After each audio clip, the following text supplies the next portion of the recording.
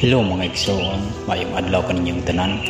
Dinhi ni bidyuha atong mapaminawan ang tingog sa usa ka tawo ang gigamit ug gipuy-an sa balaang espiritu sa kamatuoran. O sa among pagpakiginabi kaniya, adunay usa sa akong kauban nga nangutana nga kaniya kon bahin kini sa pagwali sa usa ka kaabag og sa mga pare nga nag-ingon kini sila nga ang mga tao ilang tad-on ngadto sa langit apan sila gani mismo dili man mosaka sa langit. Kay mga igsoon, daghan ang kamatuoran bahin sa balaang kasulatan nga wala kini nila gitudlo sa mga tao. Kay magdagdayeg man lamang sila ug kuan ang jutay kanato gidugang sa sobra kanila. Nagadawat og suborno, ipag-ihaw nila ang tambok ng mga karnero, nagahalad og buta og piang nga mananap. Busa ang kaluluoy niini ang mga tao nga nagdahom nga sila maluwas dili di ay kay ang nagsulti nga sila dadon ngadto sa langit nagabuhat man pod og salawayon nga sukuhay balaod sa amahan. Ang katungod sa mga pare ug sa mga pastor ilabi na ang naa sa itaas kanila nga magsulti bahin sa balaang kasulatan na man kanila magpakasayod ang katawhan sa Dios kay sila man ang gitugyanan nga usa ka magbalantay sa karnero. Apan aduna bay magbalantay sa karnero, sila hinoon ang ipakaon sa mga karnero. Mga igsoon, daghang kayo kitag wala naibalaan sa balaang kasulatan. Kung nagdahom kita, kag kita maluwas pagabot sa panahon. Apan ang tinuod, daghan ang nangamatay nga wala nakahibalo sa kamatuoran. Kay kanunay lang kita ibutahan sa mga magwawali ini. Mga igsoon, ani ang espiritu din sa kalibutan migamit og sa katao masama ka nato nga naa sa labing ubos aron madunggan nato ang nahuna sa espiritu ug kay kini nanudlo man nga naa gyud sa awtoridad ug gusto sa espiritu nga masayran nato ang tanang kamatuoran bahin sa balaang kasulatan. Kay mao man kini ang pagbuot nga ang tanang tao makahibalo sa kamatuoran kay kaniadto gitago man kini sa mga gitugyanan sa amahan nga mao ang mga pare ug mga pastor. Kay gani gituis man nila ang naisulat sa balaang kasulatan ug gani kaniadto sa daang kasabutan gibadlong naman kini sila sa Dios sa sulat ng Malakyas ang pagbadlong sa mga pare. Basahan ninyo kana aron inyong masabtan ang content niya ug ana sa usab sa sulat ni San Pablo kadto kay Timoteo ang katungdanan sa mga pangulo ug mga katabang sa iglesia. Ang iglesia mao ang simbahan. Ana diha mabasa nato ang kinahanglan ang mga namuno sa simbahan dili palahubog labaw sa tanan maayong modumala ug dili sige bagulbol nagaalagad nga wala nag-una-una og suhol nagaalagad nga Kristohanon ug mga igsoon hagitan ko kamo sa pagpaminaw nining mensahe sa balaang espiritu sa kamatuoran. Kay alang manggayud kini kanatong tanan ilabi na niadtong buta gayud sa kamatuoran. Kay samtang anaa pa kita dinhi sa kalibutan anaa pa kita ipaglaom kay inigabot nasa anak dala ang lawas wala na kita ipaglaom ug bisan maghilak pa kita og magdangoy-ngoy ngadto kaniya wala na gyud kita kapaseloan sa atong mga sala.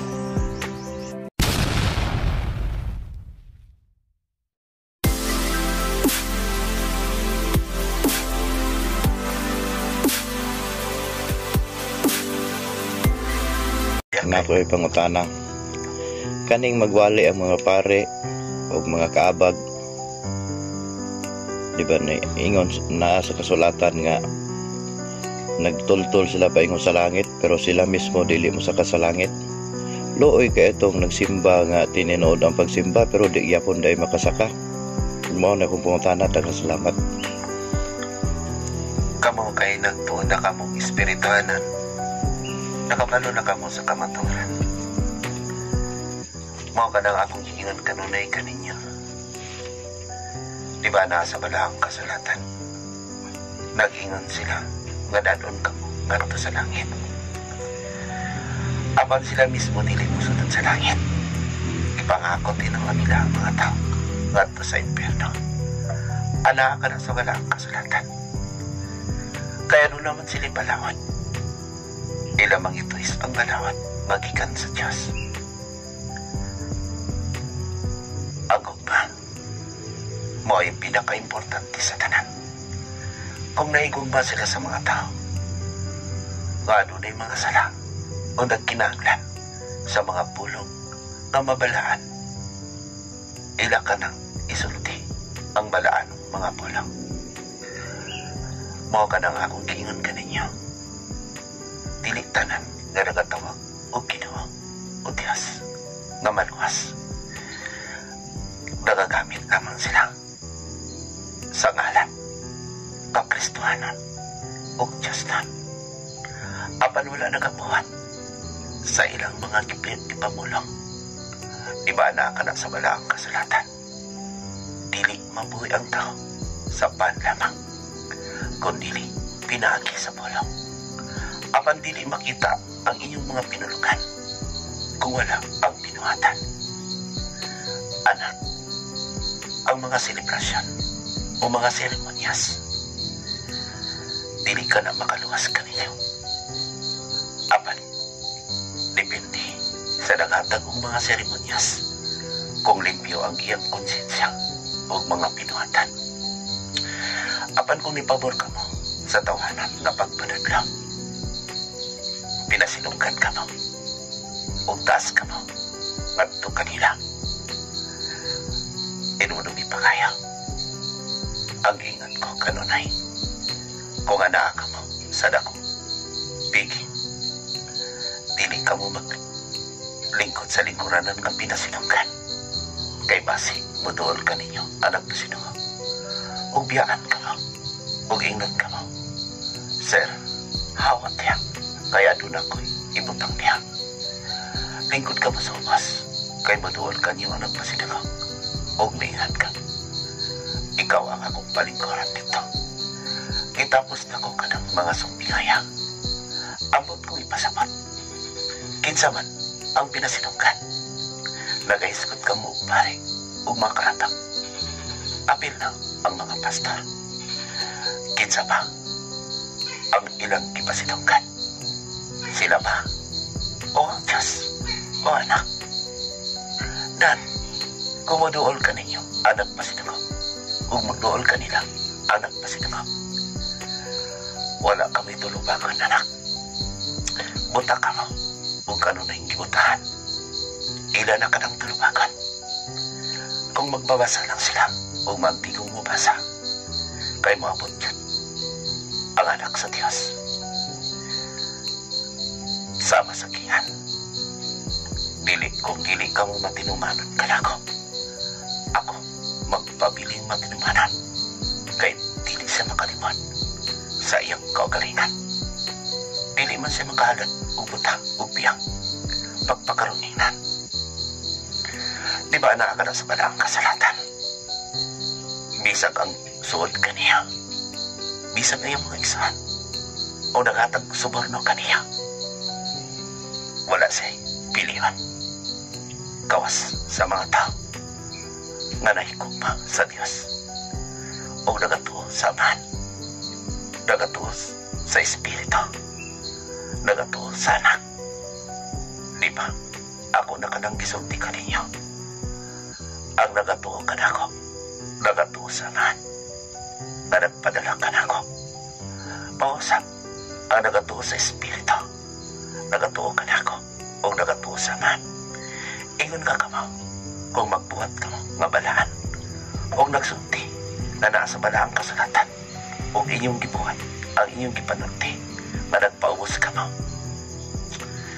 Nanugog ka mo, o dito ka mo, saman. Hindi ka ba't sa manahan? Dagang, mga buta, nga niakang usap sa mga buta. Pamalandungin niyo pa kayo. Ang pulong nga balaan, kung wala nila kibalaan, ang pulong nga akong kiratag kanila. Gibadlong sila kanyato, gisudyaan siya, anak ka na, sulat ni Osias, ni Malakias, haron konkretuhan, baguhan, sa bagong kasaputan. Kamo, kay nakasabot, kay nakailaman kamo, kanako. Sa dihang ninglanog ang akong tingog tinitapita. Dito kamo, kay nakailaman kamo, kanako. Ana sa ubas, ana sa otoridad, kay nagsultis tanan, naasa balahang kasulatan. Apan sultihan ko kamo. Ang nagsulti, nga sila sinuko sa Diyos. Apan dili makita sa ilang buhat ang ilang pinulungan. Huwad ka na, nagdala ka na sa akong pangalan. Apan dili mo tuwang ka na ko. Mao ka na ang gitawag nga Antikristo. Buta sila kung wala sila nakakita. Bungol sila kung wala sila nakadungog. Apan kung nakita na gani nila kini, o nadungog na nila kini, apan magpabungol-bungol o buta sila, dako silang tulungagan. Inig abot sa panahon, sa kapanahonan. Ana ka na sa walaang kasulatan. Ang magdugang sa propesya, sa libro sa walaang kasulatan, dugangan kanila ay ipakto pagkatalagman. Ang magkuha, kuhaan ang ilang bahin sa kahoy sa balahing syudad. Mag-iskutan niling ni Broha. Abot kong ipasabat. Diin kong magpadala ka mo sa inyong mga hiyas. E tagsa-tagsa ka mong hiyas. Magtinabangon. Baluluyon. Maginatakan. Magigumbangon. Mapasailawan. Mao ka na ang mga hiyas. Ngamoy. Himuan. Nga mga gamit. Sa balay sa kong amahan. Ana-ana ka mo. Kung nagbuhat ka mo.